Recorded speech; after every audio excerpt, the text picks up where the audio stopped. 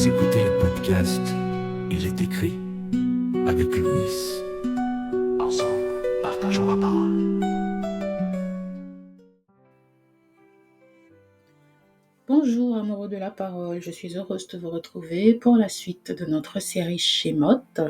Nous arrivons au chapitre 24 de l'Exode et nous allons faire un bref partage de ce chapitre. Vous pouvez le lire avant de m'écouter ou vous pouvez le lire après, c'est comme vous le souhaitez. Si vous m'écoutez pour la première fois, je suis Louis du blog ilestécrit.com et je vous embarque dans une petite virée biblique.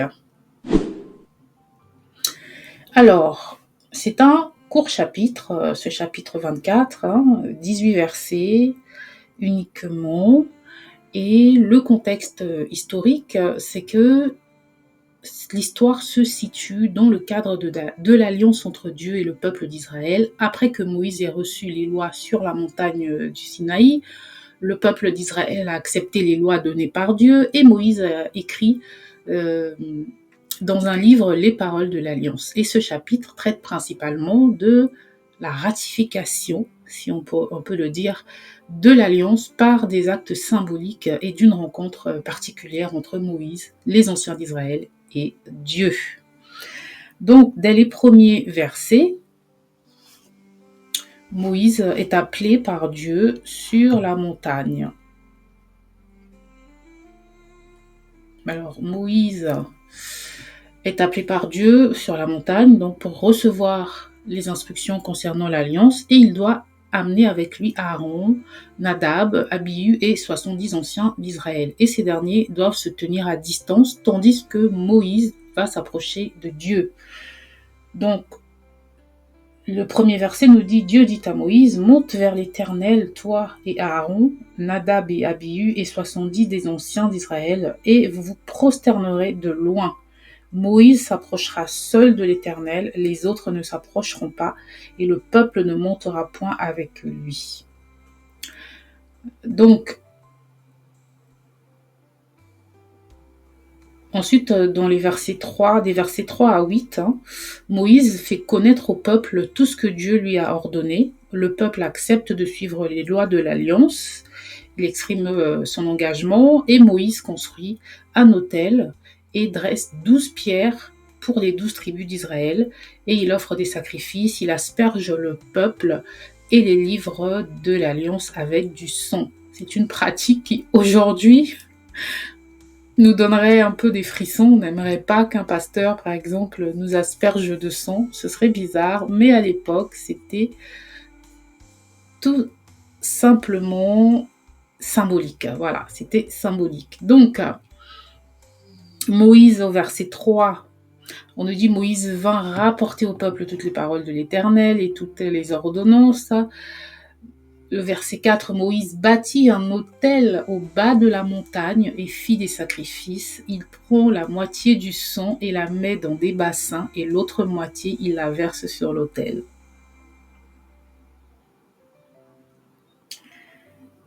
D'accord ?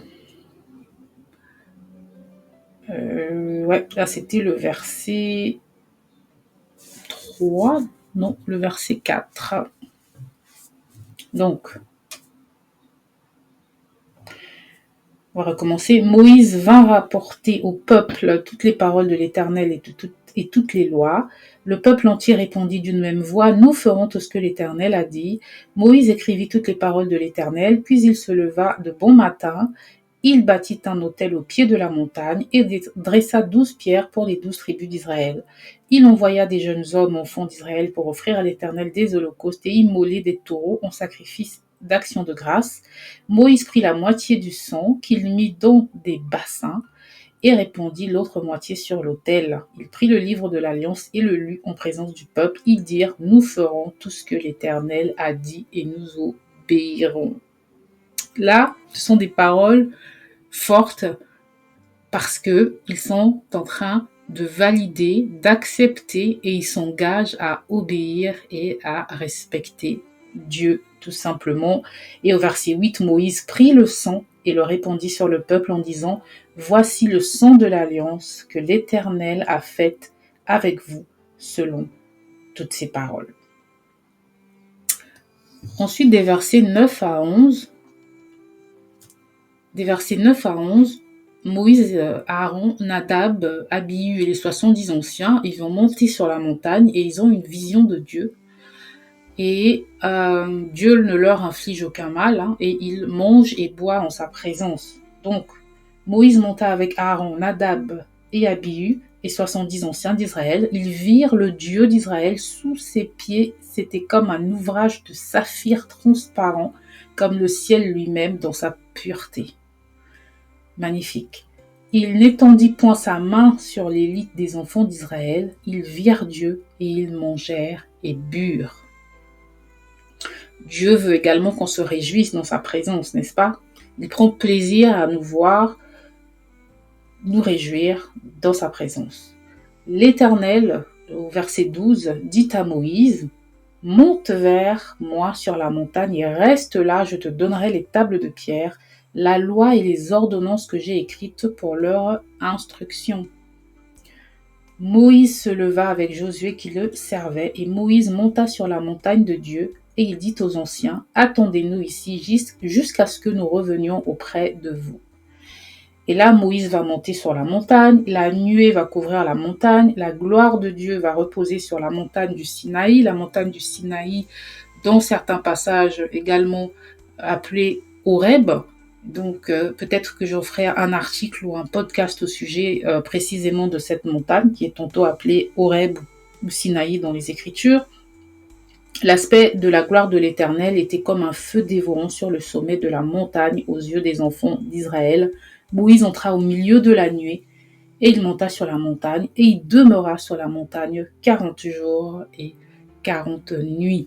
C'est vraiment une belle histoire et je pense que les enfants d'Israël ou les anciens d'Israël qui étaient présents ce jour-là ont accepté un spectacle ou à un épisode simplement magnifique. Donc les points que nous devons ici garder par rapport à ce chapitre, d'abord l'alliance est ratifiée par le sang et on peut faire un parallèle avec Jésus. Donc le verset clé de cette partie, c'est le verset 8, où Moïse asperge le peuple avec le sang des sacrifices. Ça marque la ratification de l'alliance entre Dieu et Israël. Le sang symbolise un engagement. Le peuple promet d'obéir au commandement de Dieu et Dieu s'engage à protéger et à bénir son peuple. Et ce moment renvoie à la tradition des sacrifices de sang, qui est un thème important dans l'Ancien Testament. Mais également, dans le Nouveau Testament, ce geste trouve un parallèle dans l'acte de Jésus qui établit une nouvelle alliance par son propre sang qui a été versé pour le pardon de nos péchés. Et l'idée d'une alliance scellée par le sang est cruciale dans la compréhension chrétienne du salut. Mais pas que, puisque les hommes, les êtres humains et également les démons scellent des pactes et des alliances qui impliquent le sang. Mais c'est encore là un sujet pour un autre temps. Autre point, la vision de Dieu et la communion divine. Moïse, Aaron, Nadab, Abihu et les 70 anciens d'Israël, ils ont la chance d'avoir une vision de Dieu, ce qui est un acte exceptionnel de communion directe, et l'image de Dieu et la description, par exemple, du saphir, c'est un symbole de pureté et de majesté. Et ce type de rencontre directe avec Dieu n'est pas fréquent dans la Bible, mais trouve son écho dans la promesse que nous avons au travers de Jésus. La communion avec Dieu qui semblait inaccessible dans l'ancienne alliance, puisque seul Moïse avait le droit d'y aller, eh bien, elle devient une réalité pour nous tous qui croyons en Jésus. Le voile a été déchiré, n'est-ce pas, à la crucifixion. Et si nous acceptons Jésus, nous avons directement accès au trône du Père. L'importance de la présence de Dieu, c'est aussi un point qui ressort dans ce passage. La montée de Moïse sur la montagne pour recevoir les instructions de Dieu montre que la loi et la direction de Dieu sont centrées sur une communion avec lui. Et pour nous aussi, il nous faut parfois, c'est pour ça qu'on dit aller sur la montagne, nous mettre à part et faire cet effort-là. Parce que si vous entrez bien dans l'étude, par exemple, du mont Sinaï, ce n'est pas une montagne facile d'accès, c'est même une montagne aride, mais c'est sur cette montagne-là que Moïse va à la rencontre de Dieu et c'est la montagne de Dieu. C'est dire qu'il nous faut parfois passer par des tribulations ou passer par des privations ou passer par des difficultés pour réussir à atteindre la montagne de Dieu et à enfin avoir sa révélation. Encore ici, un sujet pour un autre temps. Mais je ne dis pas qu'il faut forcément souffrir, n'est-ce pas, pour avoir la révélation de Dieu. Je dis juste que parfois, il faut passer par l'aridité du désert, il faut gravir une montagne compliquée et inaccessible pour pouvoir enfin arriver à recevoir la direction de Dieu. Et Jésus, lors de son ministère, il prend aussi du temps seul pour prier et se ressourcer, et il le passe dans un désert aride pour rechercher justement une communion avec le Père. Donc, retenons pour aujourd'hui l'importance de l'engagement. Comme le peuple d'Israël s'engage à suivre Dieu et à respecter ses lois, nous devons également renouveler régulièrement notre engagement envers Dieu. Et c'est essentiel de comprendre cette relation entre Dieu et nous. Elle n'est pas unilatérale, mais elle est basée sur un engagement réciproque. D'accord ? Nous nous engageons à marcher selon sa parole, à lui obéir, et lui, il s'engage à nous protéger et à combattre pour nous. Nous pourrons revenir sur les différentes promesses de Dieu dans les Écritures. Le sang, symbole de l'alliance dans l'Ancien Testament ou l'Ancienne Alliance, également dans la Nouvelle Alliance avec l'œuvre de Jésus à la croix, la communion avec Dieu qui est importante aujourd'hui. Nous avons la possibilité d'avoir cette communion directement au travers de Jésus, n'est-ce pas ? Et au travers justement d'une vie de sanctification, de prière et de lecture de la parole de Dieu. Et la sanctification, elle se fait également à travers l'obéissance.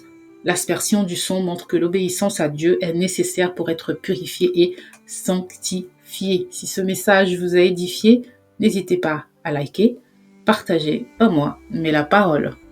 Ciao!